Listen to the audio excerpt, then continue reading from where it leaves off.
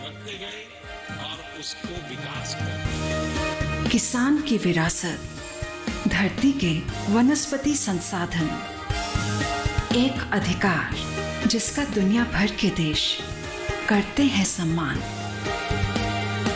आज भारत उन अधिकारों को दे रहा है नए मुकाम, ताकि और बढ़े किसानों की वंशागत किस्मों की पहचान का अभियान।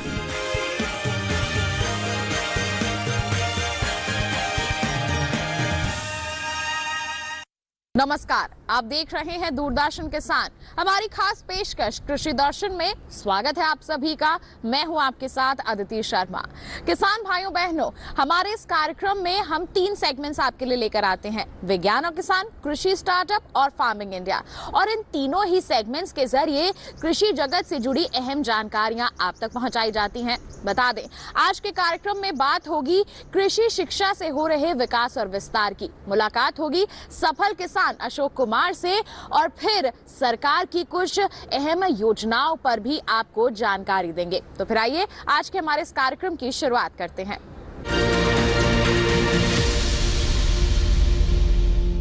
आइए किसान भाइयों बहनों, नजर डालते हैं सेगमेंट विज्ञान और किसान पर।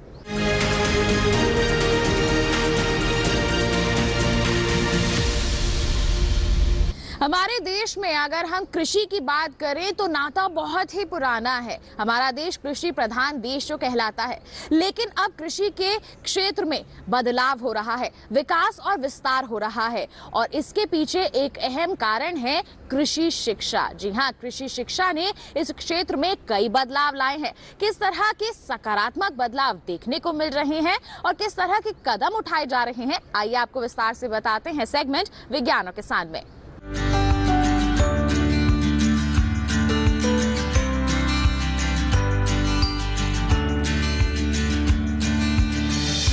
भारत में कृषि शिक्षा की बेहतर व्यवस्था के लिए दिसंबर 1973 में कृषि अनुसंधान और शिक्षा विभाग स्थापित किया गया।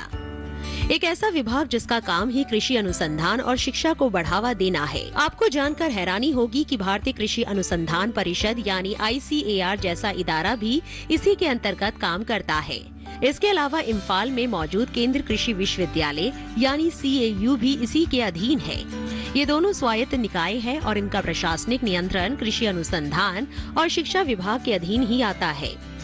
ICAR पूरे देश में बागवानी, मछली पालन और पशु विज्ञान समेत कृषि में अनुसंधान और शिक्षा के समन्वय, मार्गदर्शन और प्रबंधन का प्रमुख केंद्र है। देश भर में ICAR के 113 संस्थान फैले हुए हैं और कृषि शिक्षा के क्षेत्र में ये दुनिया के सबसे बड़े नेटवर्कों में गिना जाता है। 63 कृषि विश्वविद्यालय, 6 ब्यूरो, 18 राष्ट्रीय अनुसंधान केंद्र, 25 परियोजना निदेशालय और 89 अखिल भारतीय समन्वित अनुसंधान परियोजनाएं पूरे देश में फैली हुई है। केंद्रीय कृषि विश्वविद्यालय इम्फाल सबसे पुराना विश्वविद्यालय है। इसकी स्थापना 1993 में हुई थी। इसका अधिकार क्षेत्र अरुणाचल प्रदेश, मणिपुर, मेघालय, मिजोरम, सिक्किम और त्रिपुरा पर है और इसके अंतर्गत 13 कॉलेज आते हैं।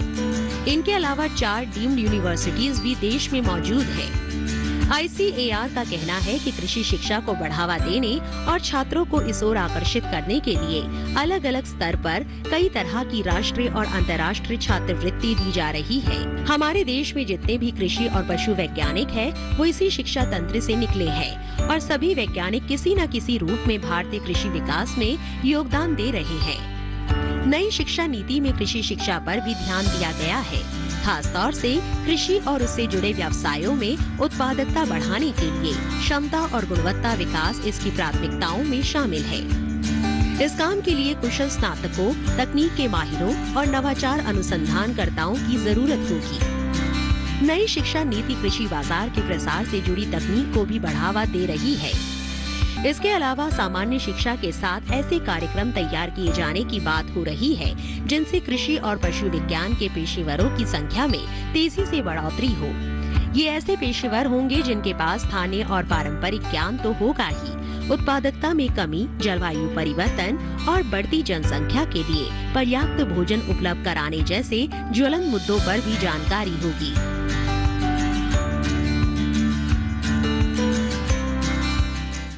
ये था सेगमेंट विज्ञान और किसान। इसी के साथ बता दें कार्यक्रम में वक्त हो चला है एक छोटे से ब्रेक का। आप कहीं मत जाइए, हम जल्द ही हाजिर होंगे। बने रहिए दूरदर्शन किसान पर, देखते रहिए कार्यक्रम कृषि दर्शन।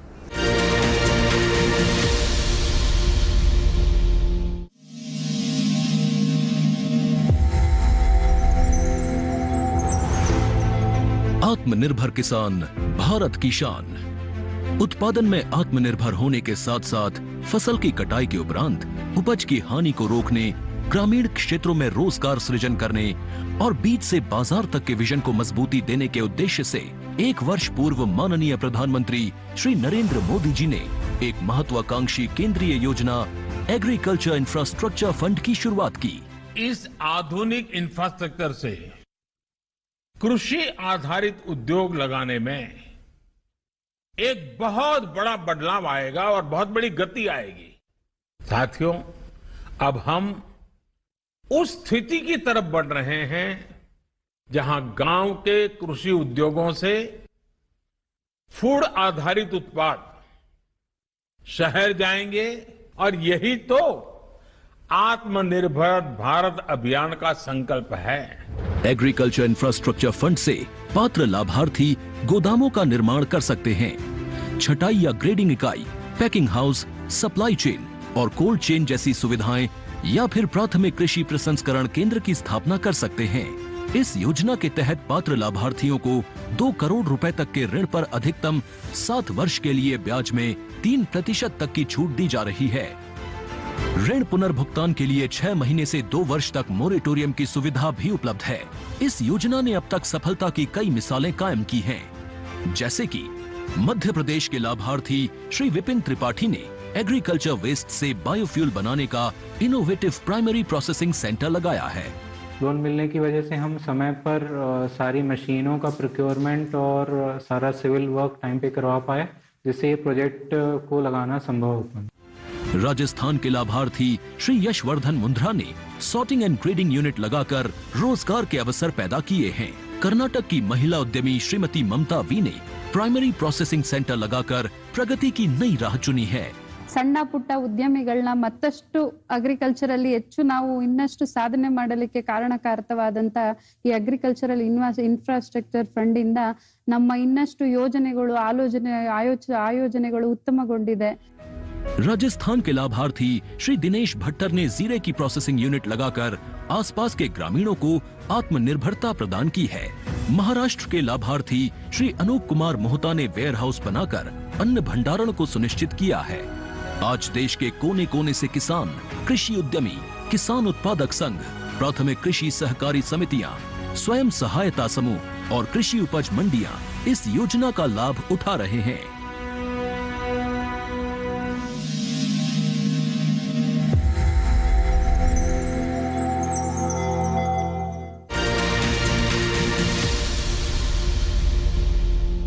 ब्रेक के बाद दूरदर्शन किसान के कार्यक्रम कृषि दर्शन में आप सभी का फिर से स्वागत। आइए अब आपको दिखाते हैं हमारा सेगमेंट कृषि स्टार्टअप।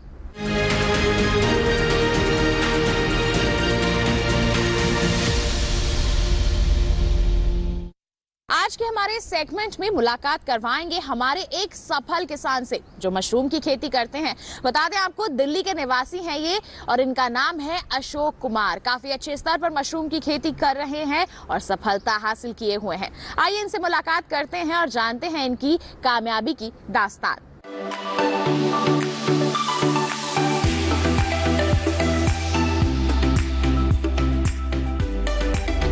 देश की राजधानी दिल्ली के पश्चिमी इलाके में बसा है टीकरी कला, जहां अशोक कुमार का जन्म हुआ। ग्रामीण परिवेश में जन्म होने के कारण शुरुआत से ही इनकी रुचि खेती में थी। यही वजह थी कि इन्होंने बीएससी कृषि की पढ़ाई करने के बाद चौधरी चरण सिंह हरियाणा कृषि विश्वविद्यालय के पशुधन उत्पादन और प्रबंधन में एमएससी की शिक्षा प्राप्त की। तालीम हासिल करने के बाद अशोक कुमार ने कृषि विज्ञान केंद्र के पशु विज्ञान विभाग में विस्तार विशेषज्ञ के रूप में काम करने लगे। कार्य करते करते उन्हें यह एहसास हुआ कि कृषि के क्षेत्र में अपार संभावनाएं हैं। अशोक कुमार ने नौकरी के साथ साथ मशरूम की खेती करनी भी शुरू कर दी। वे और उनकी पत्नी मिलकर इस काम को करने लगे। मशरूम की खेती कर प्राप्त उत्पाद को वे मंडी में बेचते थे। अशोक कुमार जानते थे उनके द्वारा की जा रही मेहनत एक दिन जरूर रंग लाएगी। समय बीता, अशोक कुमार ने एक प्रयोगशाला बनाने का निर्णय लिया। वे चाहते थे उनके प्रयोगशाला में ऐसे उत्पाद बने जिससे किसानों को बड़ी राहत देने के साथ साथ उनकी पैदावार बढ़ाने में भी मदद मिल सके। इन्होंने अपनी बचत किए पैसे और कुछ रिश्तेदारों से उधार लेकर snow view mushroom lab and training centre का निर्माण किया। समय के साथ ये प्रयोगशाला भारत की नंबर 1 प्रयोगशाला के रूप में जानी जाने लगी। पहले ही साल में इन्होंने मशरूम स्पॉन की प्रति 300 ग्राम बोतल के हिसाब से 17,000 बोतलें तैयार की, जो अपने आप में एक रिकॉर्ड था। इनकी कड़ी मेहनत और लगन ने सफलता के मार्ग खोल दिए। आज देश के कितने ही किसान मशरूम उत्पादन बटन स्पॉन के लिए इनकी प्रयोगशाला से जुड़े हैं। अशोक कुमार की प्रयोगशाला तमाम आधुनिक उपकरणों से सुसज्जित है। इस प्रयोगशाला में कृषि एवं उच्च शिक्षा प्राप्त और मशरूम विशेषज्ञों की विशाल टीम 24 घंटे कार्यरत रहती है और अशोक कुमार स्वयं इस टीम का नेतृत्व करते हैं। मशरूम स्पॉन के सर्वोत्तम प्रजातियां यहाँ तैयार की जाती हैं और गुणवत्ता का पूरा ध्यान रखते हुए मशरूम उत्पादकों को मुहैया कराई जाती हैं। यही कारण है कि पूरे देश में इनके प्रयोगशाला द्वारा उत्पादित स्पॉन सबसे अच्छी मानी जाती है। लोग अशोक कुमार को मशरूम मैन के नाम से भी जानते हैं। मशरूम कल्चर के साथ साथ अशोक कुमार के प्रयोगशाला में केचुआ खाद भी बनाया जाता है, ताकि खेतों में रसायन की जगह केचुआ खाद का इस्तेमाल किया जाए और रसायनों से होने वाले हानियों से बचाव हो सके। पढ़े लिखे होने के कारण अशोक कुमार भलीभांति जानते हैं कि खेतों में वर्मी कंपोस्ट के इस्तेमाल से अनेक लाभ हैं। इसके इस्तेमाल से पैदावार तो बढ़ती है, साथ ही बढ़ती है किसानों की आमदनी। वे अपने साथ साथ किसानों के भले के लिए उन्हें खेतों में केचुआ खाद का इस्तेमाल करने के लिए प्रेरित करते हैं। निरंतर आय प्राप्ति के उद्देश्य से अशोक कुमार ने अपने इस प्रयोगशाला में टिश्यू कल्चर का भी काम किया है। आज इस प्रयोगशाला में गोविंद वल्लभ पंत कृषि एवं प्रौद्योगिकी विश्वविद्यालय पंतनगर, चौधरी चरण सिंह हरियाणा कृषि विश्वविद्यालय हिसार, भारतीय कृषि अनुसंधान संस्थान पूसा नई दिल्ली के तकनीकी सहयोग और सलाह से देश के किसानों के लिए विभिन्न प्रकार के जीवाणु कल्चर तैयार किए जाते हैं, जिससे जुड़कर अनेक युवा किसानों को प्रशिक्षण के साथ साथ रोजगार के अवसर भी मिल रहे हैं। डॉक्टर अशोक कुमार को उनके इस सराहनीय कार्यों के लिए अनेक पुरस्कारों से सम्मानित किया जा चुका है। ये था सेगमेंट कृषि स्टार्टअप। इसी के साथ जानकारी दें आपको, कार्यक्रम में वक्त हो चला है एक और छोटे से ब्रेक का। आप कहीं मत जाइए, हम जल्द ही हाजिर होंगे। बने रहिए दूरदर्शन किसान पर, देखते रहिए कार्यक्रम कृषि दर्शन।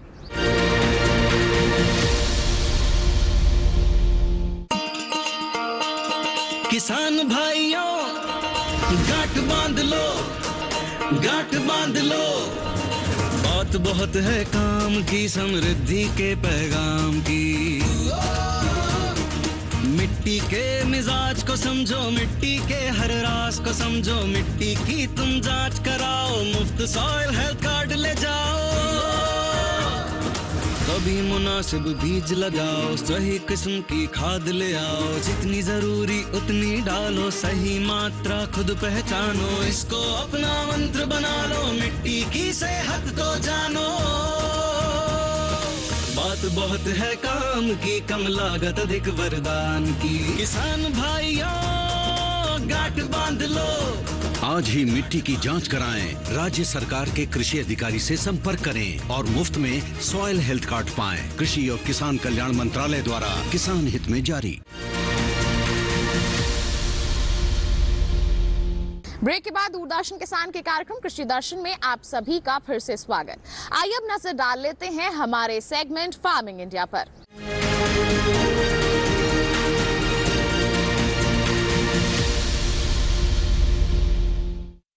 किसान भाइयों बहनों, बहनों, हमारी सरकार द्वारा कई महत्वाकांक्षी योजनाएं चलाई जाती हैं ताकि देश के हर नागरिक का और साथ ही साथ देश का विकास हो सके।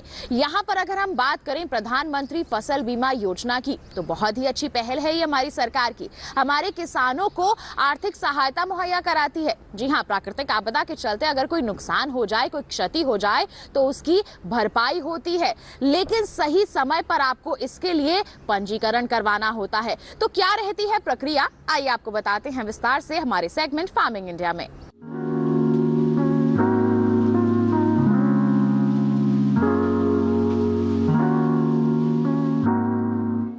प्रधानमंत्री फसल बीमा योजना के तहत प्राकृतिक आपदा, कीड़े और रोग की वजह से सरकार द्वारा अधिसूचित फसल में से किसी नुकसान की स्थिति में किसानों को फसल बीमा और वित्तीय सहायता देना मुख्य काम है।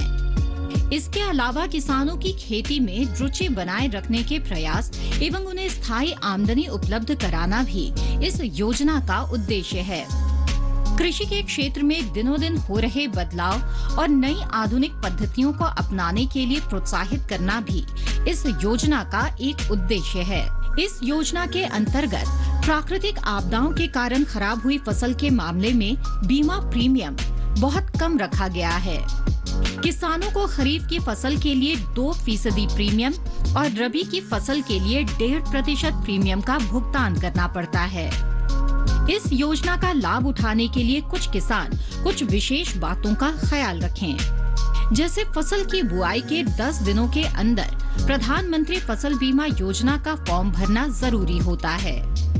फसल काटने से 14 दिनों के बीच अगर आपकी फसल को प्राकृतिक आपदा के कारण नुकसान होता है, तब भी आप बीमा योजना का लाभ उठा सकते हैं। बीमा की रकम का लाभ तभी मिलेगा जब आपकी फसल किसी प्राकृतिक आपदा की वजह से ही खराब हुई हो।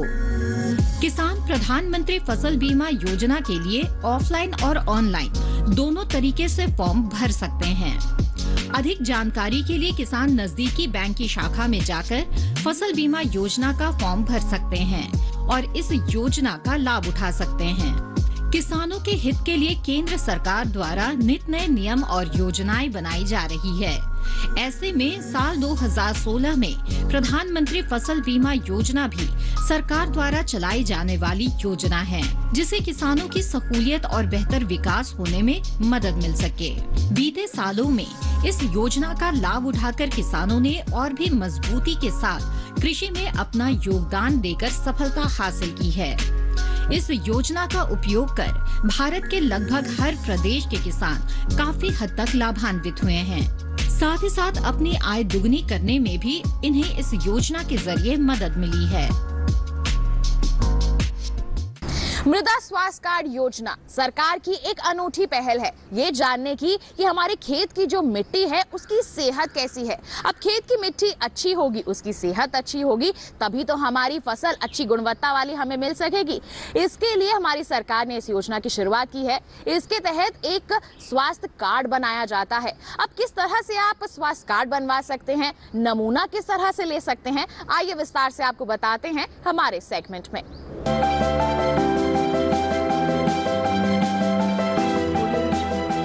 मिट्टी की कमजोर सेहत का असर फसलों की पैदावार और गुणवत्ता दोनों पर पड़ रहा है। साथ ही फसल लागत भी बढ़ती जा रही है। इसी समस्या के समाधान के लिए केंद्र सरकार ने 2015 में सॉइल हेल्थ कार्ड यानी मृदा स्वास्थ्य कार्ड योजना शुरू की थी। ये वही साल था जिसे अंतर्राष्ट्रीय मृदा वर्ष के रूप में मनाया गया। एक ऐसी योजना जो खेत की मिट्टी में कमजोरियों का भी पता लगाती है और बताती है कि मिट्टी में कौन से पोषक तत्व की कमी हो रही है। ज्यादा फसलें, उर्वरकों और कीटनाशकों का अंधाधुंध और असंतुलित इस्तेमाल मिट्टी की उपजाऊ शक्ति को लगातार कमजोर कर रहा है। जानकारी की कमी से किसान खेतों में रासायनिक उर्वरकों का इस्तेमाल कर रहे हैं, भले ही उस उर्वरक की जरूरत हो या न हो। किस खेत की मिट्टी को कौन सा तत्व चाहिए और कौन सा नहीं, ये सब जानने के लिए उसकी जांच जरूरी है। मृदा स्वास्थ्य कार्ड यही काम करता है। ये योजना पूरे देश में लागू है और मिट्टी की जांच के लिए देश भर में ही मिट्टी जांच की प्रयोगशालाएं स्थापित की गई हैं। जांच के बाद मिट्टी के गुण दोष की सूची तैयार होती है और फिर किसान को ये बताया जाता है कि उन्हें खेत में कौन सा पोषक तत्व कितनी मात्रा में डालना चाहिए। परीक्षण से ये भी पता चल जाता है कि किसान को कौन सी फसल बोनी चाहिए। अगर किसान कोई और फसल बोना चाहे तो अधिकारी फिर उस फसल के हिसाब से पोषण का सुझाव देंगे। ये योजना सभी 14 करोड़ किसानों के लिए बिल्कुल मुफ्त है। फरवरी तक के आंकड़े से पता चलता है कि 2019-20 के दौरान मध्य प्रदेश, छत्तीसगढ़, गुजरात, महाराष्ट्र, पंजाब, राजस्थान, हिमाचल प्रदेश और झारखंड के अलावा कई और राज्यों में 100 के 100% किसानों को ये योजना के तहत कवर कर लिया गया है। केरल में 90 से 95%, जबकि उत्तर प्रदेश और हरियाणा में 85 से 90% किसान इस योजना का हिस्सा हैं। अध्ययनों से पता चला है कि इस कार्ड की सलाह पर की गई खेत से लागत में 8 से 10% की बचत हुई है। इस कार्ड का एक पोर्टल बना हुआ है, किसान वहां से भी अपना कार्ड प्रिंट करवा सकते हैं। इस पोर्टल पर 21 भाषाओं में खेती के बारे में बहुत सी जानकारियां उपलब्ध हैं। किसानों के लाभ के लिए प्रशिक्षण, प्रदर्शनी और किसान मेलों का भी आयोजन किया जाता है। 2019-20 के दौरान आदर्श ग्राम विकास के नाम से एक परियोजना शुरू की गई है, जिसके तहत खेतों से मिट्टी के नमूने उठाए गए। परियोजना के तहत हर ब्लॉक से एक गांव लिया जाता है और वहां मिट्टी के नमूने जमा करके उनकी जांच होती है। इस तरह हर गांव में 1 हेक्टेयर रकबे की जमीन से नमूने लिए जाते हैं। अनंत असीम प्रकृति और उसमें निहित जीवन के रहस्यों के गूढ़ स्रोत, प्लांट जेनेटिक रिसोर्स।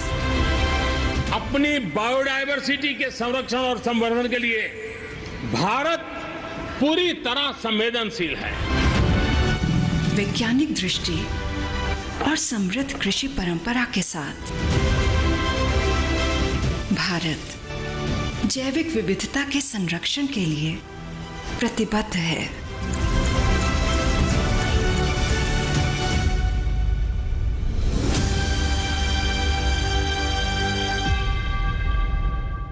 तो ये था सेगमेंट फार्मिंग इंडिया। इसी के साथ बता दें आज के अंक में बस इतना ही।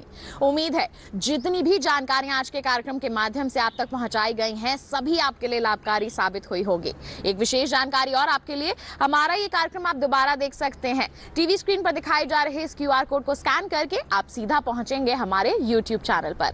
साथ ही आपको बता दें जुड़ना चाहते हैं हमारे साथ हमारे इस कार्यक्रम से तो आप हमें ईमेल कर सकते हैं। ईमेल ID है krishidrshan@gmail.com। आप हमें पत्र भी लिख सकते हैं। पता है हमारा कृषि दर्शन, कमरा नंबर 58, CPC दूरदर्शन, खेलगांव, नई दिल्ली 110049। तो इसी के साथ बता दें आज के लिए इतना ही। अगले अंक में फिर होंगे हाजिर, तब तक के लिए दीजिए इजाजत, लेकिन आप बने रहिए दूरदर्शन किसान पर। नमस्कार।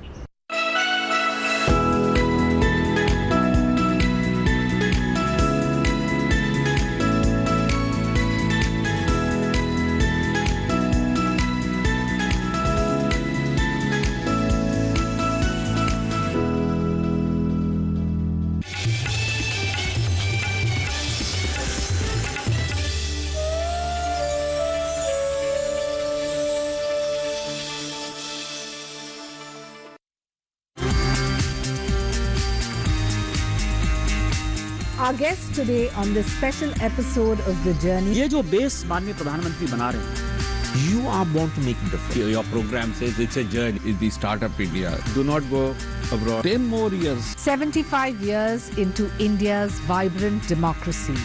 This clearly is a story that needs to be unfolded. Please watch The Journey, Indian Parliamentarians in Conversation with Shaina NC.